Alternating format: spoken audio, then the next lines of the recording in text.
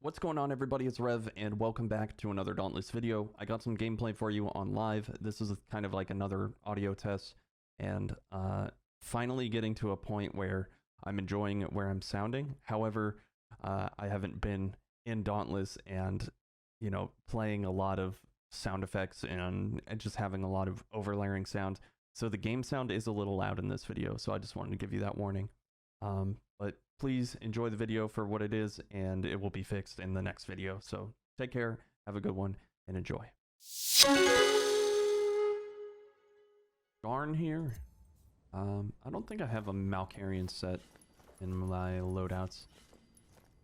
One of my videos that I never just put together was I have so many weapon, Torgadora legendary weapon builds all put together. And I was gonna make like a big compendium of legendary sword and just every weapon, every legendary weapon build, and it was gonna be like a series of like 6 or 7 builds per video, and I just never got around to it. But we got Scarn. I'm just gonna rock. So this is a build that I've been using for quite some time to work on my neutral damage. So I'll just rock that. But I've been tweaking my audio settings so much that I think I'm finally getting to a point where I like what I'm hearing, and hopefully that translates well into this video. As I mentioned before, We Are Solstice just got Dauntless partner. Very exciting. He primarily makes content on Twitch or on stream, and you'll be able to catch me there. Pretty much whenever he's live. I at least try to drop in once a day and just say hello, and he's a good kid, good content creator. So if you're interested, if you're, you know, a stream monster and you like watching that sort of stuff, feel free to check me out on Twitch. Feel free to check out We Are Solstice. I'll put his link in the description. But we're gonna be up against Scarn. I have a neutral damage weapon. I'm not really tripping about it. We have the Skull Forge. You know, Scarn is kind of just like a bad matchup for the sword because we are very dependent on dealing a certain amount of damage so that we can use repeating elements to its optimal capacity. And because of Scarn's damage reduction on its armor, it's really hard to hit the flesh. And so we're getting less of our stamina back. So Scarn in general is a pretty bad matchup. You have to land some nice avenging overdrive hits on the body of the behemoth instead of the armor. It's really hard. So I typically I'll either go for the tail. I'm using a Drask Bond with my Malkarian weapon, or I'll just go for breaking the head if I'm just running a party. Again, this is like Heroic Plus, and we're a group of veteran players. We've been playing for a long time, so the chance of failure is kind of minimal, but it is what it is. I've always wanted to try content like this, where I just play the game with people I enjoy playing the game with, and I've done, you know, me and Doe obviously do, and Zanny and Zhao. There's a lot of other content creators were just like, hey, do you want to get together for a video? And very rarely I just kind of turn on the cam and start talking and creating content where I'm just playing by myself. And I've always wanted to try to do something like this and see how it's received. So let me know how, if you like this kind of just like mellowed out, a little bit more chill, you know, I want to say thought diarrhea, but I just kind of just talk, right? Like I just say whatever, and maybe we go over some builds, maybe we go over some cosmetics, we just kind of grab bag our content, you know, whatever we want to do. And if you guys have any suggestions, then just drop them in the comments and I'll film it in the next one. So I think this is a really nice way to play Dauntless. It's really relaxing. I kind of don't really focus on the game. I focus more on what I'm saying. It also helps me formulate thought while I'm playing, which is something I really need to work on. I say and a lot, and that goes towards my goals as a content creator. I want to make more interesting content. But I've been playing on the PTR a lot. I don't know why they call it a PTR. It's not really public. I guess it's partner test realm. that's what I'm gonna call it now. It's the partner test realm. So I've been playing on Umbral Escalation. I really like it. I think it's really solid piece of content for Dauntless, and I think that everything that is being implemented, I say this a lot, and I feel like I say it almost every single content patch, is every single time an escalation comes out, I'm just like, wow, it's a really good piece of content. I'm really enjoying where Dauntless is going. I'm really enjoying where Dauntless is going. And then I play it for a while, and then it doesn't really hold up, you know, a month later. And I think that's just kind of like the state of Dauntless content right now. But I feel like Dauntless is getting to the point where it's laid its groundwork. It's got enough stuff, you know, like we're finally getting features that are really impactful and meaningful. Mainly the training grounds and sky fishing, whenever that comes out, I think will even impact the game even more, because suddenly we're not in a state where behemoth slaying is the only thing to do. Now we have the ability to test our DPS, and now we have the ability to also just chill out. And I can do that, turning, you know, I've been playing this game for a long time, so when I do like Heroic Plus or Dyers or something, it's easy for me to kind of just talk. But now I have a game mode where I can just go fishing and talk with y'all and do like AMAs, or, you know, I don't want to I don't think I'll upload any videos where it's just straight fishing, but if I do like a fishing stream and you guys just want to like ask questions or just hang out, I think that would be really fun. I like a more, the way I run my content, or I guess my stream, it mainly is that it's like we're all sitting on a couch and we're just hanging out all in the same room. That's how I try to keep that's kind of like my vibe, I guess. That's what I aim for. Looks like we're doing a Blaze escalation here. I probably should have swapped. So I've already gotten my 40 million damage on frost damage. So I'm not really tripping on using a Boreas sword, so I'm just sticking with the build that I'm using with the raging sword, Ragetail Gnasher sword. I forget what it's called. It's called like Raging. Oh, it's just called Raging Blade. For something like as cool as Raging Blade, I feel like the Gnasher weapons just don't really look that great. But I actually missed what we got Ritstalker. Ritstalker in Umbral Escalation is like a really big problem. Thick Hide is an available modifier in Umbral Escalation, and for the most part, like the kind of like meta and Warpike just slaps in Umbral Escalation. I wouldn't say it's the meta, because I haven't really experimented with any more builds, but I'd be willing to say that the meta isn't necessarily a weapon, it's more of an amp selection. GTFO. But there's an amp called Surgical Precision, and every time you break a wound, you get 2% damage, and based on how many people have it, so if 4 people have it, you'll get 8% damage per stack, I believe. It like multiplies when more people have it, is kind of what I'm trying to explain. And it's really busted. And so you play a Warpike, you get wounds super easily, and you don't run Acidic. Like that, Acidic is like a noob trap feel for this escalation. That needs to be in like a separate video, but I think that Warpike players just are gonna have a lot of fun with this escalation. But yeah, Thick Hide. So the thing is like when you start escalation, or the Umbral escalation, it's I'm gonna go when you start Umbral Escalation, you don't really have access to the good stuff, obviously. You're not it if you're stacked, you want to get Catalyst. Catalyst is definitely a new meta. That's also going to be a video.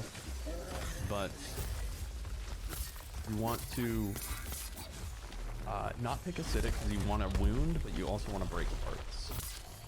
So Acidic is going to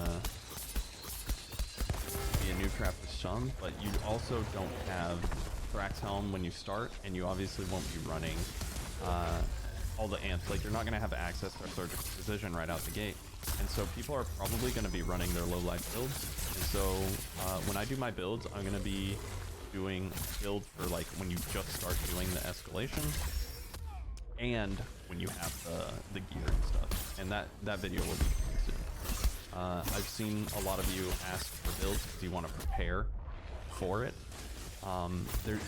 Honestly, there's not going to be much surprise when it comes to starting a Umbral Escalation. It's going to be like Reza Sword with a low life build and Iceborne, right?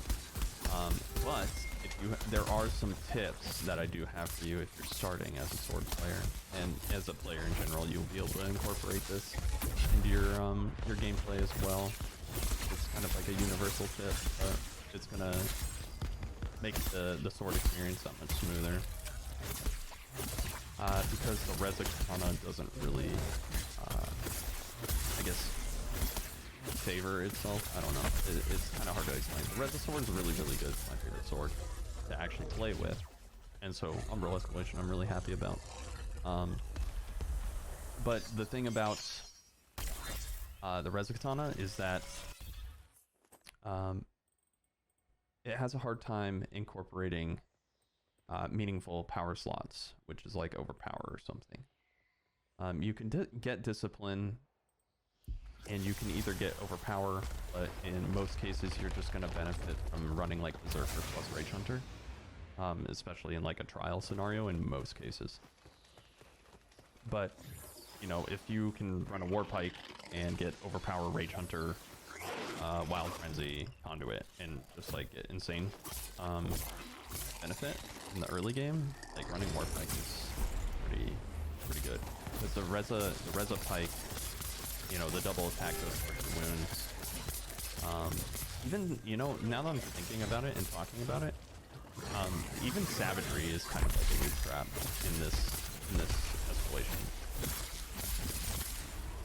The thing about the escalation is a lot of the damage comes from the EM system, mainly Surgical Precision. And the rest of it comes from Catalyst, because Catalyst is freaking busted, buffs your tonic usage. And there were times where I was just using like Wounding Tonic, Stamina Tonic, and Frenzy Tonic. And so like out of all of those, I was... Sorry, I didn't want to get hit by those fireballs. I was only really running I was running like two quote-unquote cheap or not very highly sought-after tonics, and then the Frenzy Tonic, which is just some extra damage, but it's also like a tonic that you use for trials, which is pretty nice because out of all of those, for Warpike, honestly the only two out of necessity, or not even necessity, but the Stamina Tonic is probably the most important one, so you don't run out of stamina, you can keep your time and combos going. Totally just stole their Molten. And about to die with it. But I'm just kind of like popping pots, even though I have Iceborne. Not very wise. My amp economy is probably going to be pretty bad for this one. But again, not really worried, kind of just zoning out. Blazin always gives me a run for my money. I feel like no matter how much I fight this behemoth, it just has a chance to just cheese you sometimes. Honestly, I think out of everything here, Alchemist's Aether Drive is probably the play, because now I get a refill on my flask, and Aether Drive tonics are actually good, so... And I just had like 5% damage increase. I don't think anybody has blood goals. That's the thing about squad goals. It's like the sorry you're not a winner amp.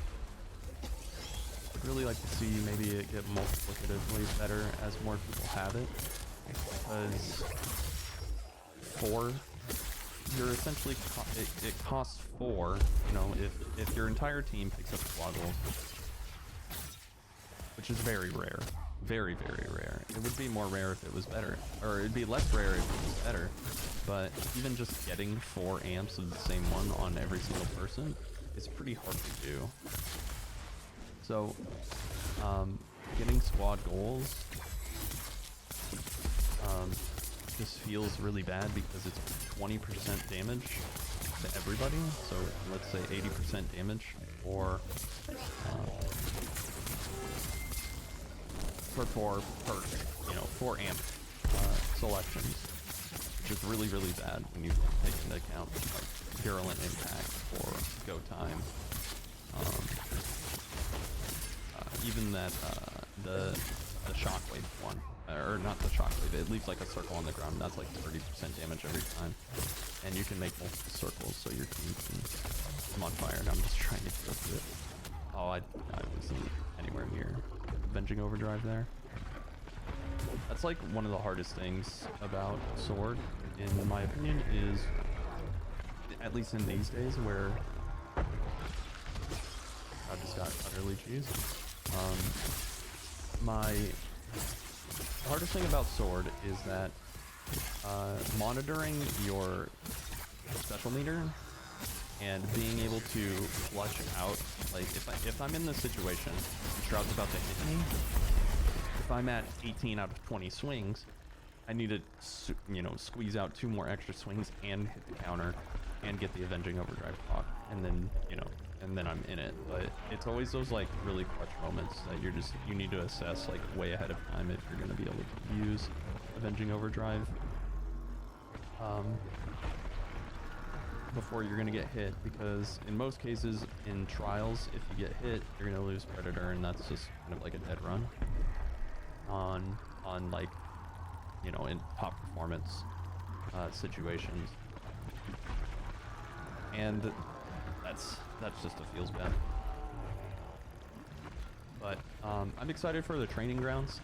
I think that the amount of information that I'm going to be able to relay within the game is going to help my weapon guides. It's going to help just like random build videos that, you know, oh, which, you know, I like this build, and, you know, I was told about this other build. I can tell you which data is just, or which build is objectively better because of data. This is the one I was talking about, Locus of Power, 30% damage, and you can give it to multiple people, and I'm using things like the Aether Drive refill, so I'm going to be making a lot of, if I get hit, I'll probably just get hit on purpose, and then heal, pop the Aether Drive, and then I'll just make a bunch of rings for everybody. Go ahead and pot up one of these.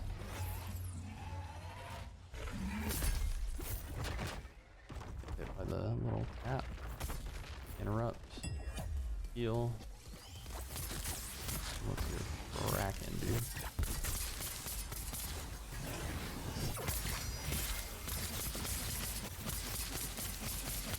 Okay, I guess we're going that skyward.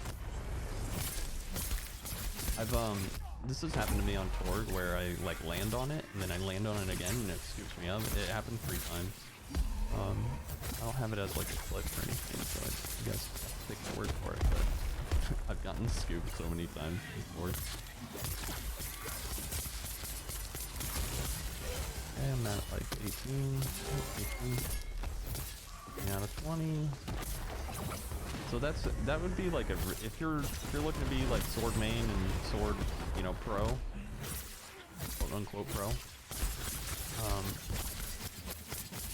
start monitoring your hits and try to track, like try to attain the feel of having a full, like where you're at and guess. Like this would be a good thing to try in the training grounds, is just kind of like swing, or like start your repeating elements combo and stop before 20 and guess how many you're at. and so you just try and get a feeling for like how long you've been using repeating elements for, versus how many hits you've dealt and how many you need for how many different. This is obviously limited information because the sword is being the first rework, which I'm really excited for, by the way. I haven't been told anything meaningful about the weapon rework. It's just like internally, devs are just like, oh yeah, the sword's sick. Oh yeah, the sword's sick. And it's just, because I always, you know me, I'm just like, I'm constantly asking about the sword to them. Oh, you know, I'm just waiting for the ability to test it. But this was a really good run. I had a lot of fun. Again, Solstice streams. I'm not sure of his stream schedule, but he's a good dude, and I highly endorse his content. He's a good dude. So this was fun. I really enjoyed this. It was nice to just kind of vent and create a video this way. Hopefully you enjoyed it. If you liked it, please leave a like. If you want to see more content like this and see more content based on the Umbral Escalation, you can subscribe, turn on notifications, all that good stuff. I will be doing Hunt Pass giveaways on Twitter. You can follow me there. Following me on Twitter also keeps you up to date on pretty much everything I'm doing in the IRL space, how I'm doing, blah blah blah. I always ask ideas. I'm playing Paladins on the side. I'm constantly tweeting about Paladins now because I know nothing about it, so y'all can tell me about it there. Creator code Revvy supports the channel a ton.